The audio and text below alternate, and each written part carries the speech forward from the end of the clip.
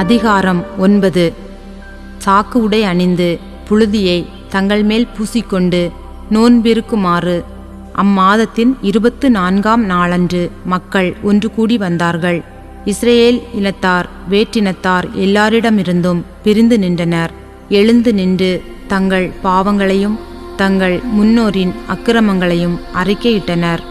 ஒவ்வொரு நாளும் அவர்கள் தங்கள் இடத்திலேயே எழுந்து நின்று பகலில் கால் பகுதியை கடவுளாகிய ஆண்டவரின் திருச்சட்ட நூலை வாசிப்பதிலும் மற்றொரு கால் பகுதியை தங்கள் பாவங்களை அறிக்கையிடுவதிலும் தங்கள் கடவுளாகிய ஆண்டவரை தொழுவதிலும் செலவழித்தார்கள். மீண்டும் லேவியரான இயேசுவா, பானி, கத்மியேல், செபனியா, பூனி, செரேபியா, பானி, கெனானி ஆகியோர் படியின் மேல் நின்று கொண்டு உரத்த குரலில் கடவுளாகிய ஆண்டவரை நோக்கி கதறினர். பின்பு லேவியரான இயேசுவா, கத்மியேல், பானி, அசபினியா, செரேபியா, ஓதியா, செபனியா, பெத்தகியா ஆகியோர் மக்களை பார்த்து, எழுந்திருங்கள், என்றும் உள்ளவரும் உங்கள் கடவுளுமாகிய ஆண்டவரை போற்றுங்கள் என்றனர். அவர்கள் பதில் மொழியாக உரைத்தது, எல்லா புகழ்ச்சிக்கும் வாழ்த்துக்கும் எட்டாத மாட்சிமிகு உமது பெயர் போற்றி போற்றி. மக்களின் மன்றாட்டு. நீர் ஒருவரே ஆண்டவர், நீரே வானத்தையும் விண்வெளி வானங்களையும் வான் படைகளையும் நிலத்தையும் அதிலுள்ள அனைத்தையும் கடலையும் அதிலுள்ள அனைத்தையும் படைத்தவர். அவற்றுக்கெல்லாம் உயிர் கொடுப்பவர். வான் படைகள் உமக்கு அடிபணிகின்றன.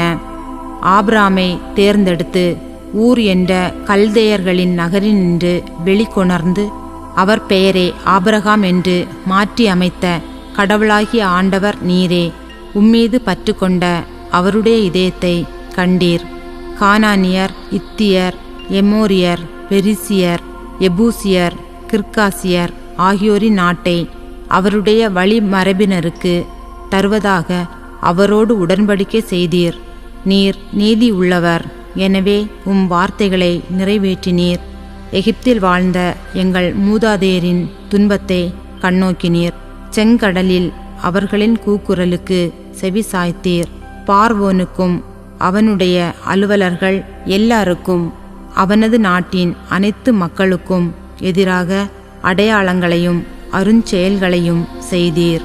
ஏனெனில் எம் மூதாதையர்களை அவர்கள் செருக்குடன் நடத்தினார்கள் என்பதை நீர் அறிவீர். இந்நாளில் இருப்பது போல் உமது பெயரை நீர் விளங்க செய்தீர். அவர்கள் முன் கடலை பிளந்தீர். எனவே கடலின் நடுவே உலர்ந்த தரையில் அவர்கள் கடந்து போனார்கள். அவர்களை பின்தொடர்ந்தவர்களையோ கல்லை அமிழ்த்துவது போல் ஆழ்கடலின் பாதாளத்திற்குள் அமிழ்த்தினீர். நீர் அவர்களை பகலில் மேகத்தூணால் வழி நடத்தினீர். இரவில் நெருப்புத்தூணால் அவர்களின் வழிக்கு ஒளி கொடுத்து அதில் நடக்கச் செய்தீர். நீர் சீனாய் மலை மீது இறங்கினீர். விண்ணிலிருந்து அவர்களோடு பேசினீர். நேர்மையான நீதி நெறிகளையும் உண்மையான சட்டங்களையும் நல்ல நியமங்களையும் நல்வழி நடத்தும் விதிமுறைகளையும் தந்தீர். புனிதமான ஓய்வு நாளை பற்றி அவர்களுக்கு கற்பித்தீர். விதிமுறைகளையும் நியமங்களையும் சட்டங்களையும் உம் அடியாராகிய மோசே வழியாக அவர்களுக்கு கொடுத்தீர். அவர்கள் பசியாயிருக்கையில் விண்ணிலிருந்து அவர்களுக்கு உணவு அளித்தீர். அவர்கள் தாகமாயிருக்கையில் பாறையிலிருந்து தண்ணீர் புறப்படச் செய்தீர்.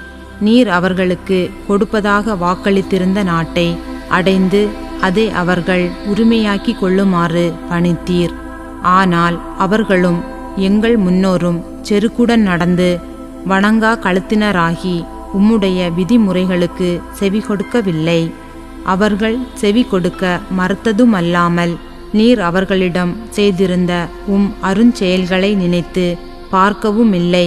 மாறாக வணங்கா கழுத்தினராய் ஒரு தலைவரை ஏற்படுத்தி எகிப்தின் அடிமை வாழ்வுக்கு மீண்டும் செல்ல தீர்மானித்தார்கள். மன்னிக்கும் குணம், தயை, இரக்கம், நீடிய பொறுமை, மிகுந்த பேரன்பு ஆகியவை கொண்ட கடவுளான நீரோ அவர்களை தள்ளிவிடவில்லை. அவர்கள் ஒரு வார்ப்பு கன்றுக்குட்டியை செய்து, உங்களை எகிப்திலிருந்து மீட்டு வந்த உங்கள் கடவுளை பாருங்கள் என்று பெரும் இறை நிந்தனைகளை செய்த போதும் நீர் உமது பேரிரக்கத்தினால் அவர்களை பாலை நிலத்திலே கைவிட்டு விடவில்லை. அவர்களை பகலில் வழிநடத்தி வந்த மேகத்தூணையும் அவர்கள் செல்ல வேண்டிய பாதையை இரவில் காட்டி வந்த நெருப்பு தூணையும் அவர்களை விட்டு அகற்றவும் இல்லை. அவர்களுக்கு அறிவு புகட்ட உமது நல்ல ஆவியை கொடுத்தீர். உமது மன்னாவை அவர்களுக்கு உண்ண கொடுக்க நீர் மறுக்கவில்லை. அவர்களின் தாகத்திற்கு தண்ணீர் கொடுத்தீர். 40 ஆண்டுகளாய் பாலை நிலத்தில் அவர்களை பராமரித்தீர். அவர்களுக்கு எந்த குறையும் இல்லை. அவர்களுடைய ஆடைகள் கிழிந்து போகவும் இல்லை. அவர்களுடைய கால்கள் கொப்பளிக்கவும் இல்லை. அரசுகளையும் மக்கள் இனங்களையும் அவர்களிடம் ஒப்படைத்தீர். அவற்றின் எல்லை வரையும் பங்கிட்டளித்தீர். இவ்வாறு அவர்கள் சீகோன் அரசனின் நாடான எஸ்போனையும் ஓகு அரசனின் நாடான பாசானையும் உரிமையாக்கி கொண்டார்கள். அவர்களின் மக்களை விண்மீன்களைப் போன்று பெருக செய்தீர். அவர்கள் உட்புகுந்து உரிமையாக்கி கொள்ளுமாறு அவர்களுடைய மூதாதையருக்கு வாக்களித்திருந்த நாட்டிற்கு அவர்களை அழைத்து வந்தீர். அவர்களின் மக்கள் அங்கு வந்து அந்நாட்டை உரிமையாக்கி கொண்டார்கள். அவர்களின் முன்னிலையில் அந்நாட்டின் மக்களான கானானியரை நீர் அடக்கினீர். அவர்களையும் அவர்களுடைய மன்னர்களையும் நாட்டின் மக்களையும் இஸ்ரவேல் கையில் ஒப்படைத்து தங்களின் விருப்பத்தின்படி அவர்களை நடத்த விட்டுவிட்டீர். எனவே அவர்கள் அரண்சூழ் நகர்களையும் செழிப்பான நிலத்தையும் கைப்பற்றினார்கள். எல்லாவித உடைமைகளும் நிறைந்த வீடுகளையும் வெட்டப்பட்ட கிணறுகளையும் திராட்சை தோட்டங்களையும் ஒலிவத் தோப்புகளையும் கனிதரும் மிகுதியான மரங்களையும் சொந்தமாக்கி கொண்டார்கள். உண்டு நிறைவு கொண்டு அவர்கள் கொழுத்து போனார்கள். உமது மாபெரும் நன்மைத்தனத்தை அனுபவித்து மகிழ்ந்தார்கள். இருப்பினும் அவர்கள் கீழ்ப்படியாது உமக்கு எதிராக கிளர்ச்சி செய்தார்கள். உமது திருச்சட்டத்தை புறக்கணித்தார்கள். உம்மை நோக்கி திரும்பும்படி அவர்களை எச்சரித்த உம்முடைய இறைவாக்கினர்களை கொன்றார்கள். இவ்வாறு பெரும் இறை நிந்தனைகளை செய்தார்கள். எனவே நீர் அவர்களை எதிரிகளிடம் கையெழுத்தீர். எதிரிகளோ அவர்களை துன்புறுத்தினார்கள். தங்களது துன்ப வேளையில் உம்மை நோக்கி அவர்கள் கூக்குரலிட்டார்கள். நீர் விண்ணிலிருந்து அதை கேட்டருளினீர்.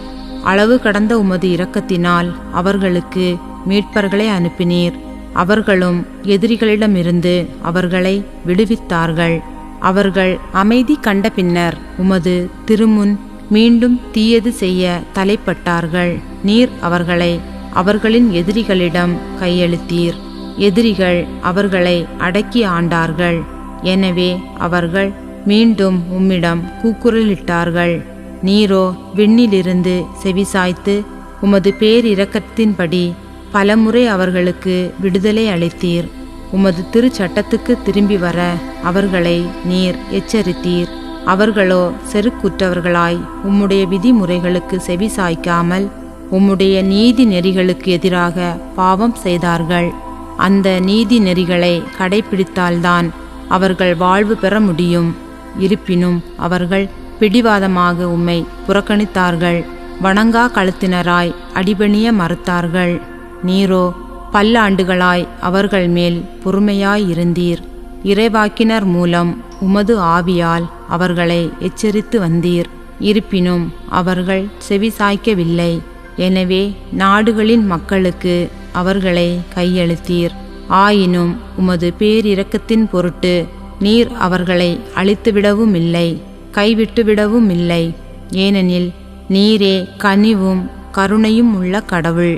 எங்கள் கடவுளே, மேன்மை மிக்கவரும் வல்லவரும் அஞ்சுதற்குரியவரும் உடன்படிக்கையையும் பேரிரக்கத்தையும் காப்பவருமான கடவுளே, அசீரிய மன்னர்களின் காலம் முதல் இன்று வரை எங்களுக்கும் எங்கள் அரசர்களுக்கும் எங்கள் தலைவர்களுக்கும் எங்கள் குருக்களுக்கும் எங்கள் இறைவாக்கினர்களுக்கும் எங்கள் மூதாதையர்களுக்கும் மக்கள் எல்லாருக்கும் நேரிட்டுள்ள துன்பங்கள் அனைத்தையும் அற்பமாய் எண்ணாதேயும். எமக்கு நேரிட்டவை அனைத்திலுமே நீர் நீதியுள்ளவராயிருந்தீர். ஏனெனில் நீர் உமது சொல்லுறுதியை காட்டியுள்ளீர். நாங்களோ தீயவை செய்துள்ளோம். எங்கள் அரசர்களும் எங்கள் தலைவர்களும் எங்கள் குருக்களும் எங்கள் மூதாதையர்களும் உமது திருச்சட்டத்தை கடைபிடிக்கவில்லை. நீர் அவர்களுக்கு கொடுத்துள்ள விதிமுறைகளையும் எச்சரிக்கைகளையும் அவர்கள் பொருட்படுத்தவில்லை.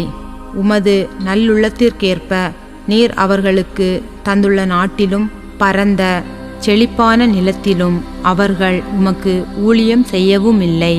தங்கள் தீச்செயல்களை விட்டு விலகவுமில்லை. நாங்கள் இப்பொழுது அடிமைகளாக இருக்கிறோம். நற்கனிகளையும் நற்பலன்களையும் அனுபவிக்கும்படி நீர் எம் முன்னோருக்கு கொடுத்த வளமிகு நாட்டிலேயே நாங்கள் அடிமைகளாக இருக்கிறோம். எங்கள் பாவங்களால் இந்நாட்டின் மிகுந்த விளைச்சல் எங்கள் மீது நீர் ஏற்படுத்தியுள்ள மன்னர்களையே சென்றடைகிறது. அவர்களோ தங்கள் விருப்பப்படி எங்களையும் எங்கள் கால்நடைகளையும் ஆட்டி படைக்கிறார்கள். நாங்களோ மிகுந்த வேதனையில் அமிழ்ந்துள்ளோம். ஒப்பந்தத்தில் மக்கள் கையொப்பமிடுதல். இவற்றின் பொருட்டே நாங்கள் நிலையான உடன்படிக்கை செய்து அதை எழுதி வைத்திருக்கிறோம். எங்கள் தலைவர்கள், லேவியர்கள் மற்றும் குருக்கள் அதில் தங்களது முத்திரையை இட்டுள்ளார்கள்.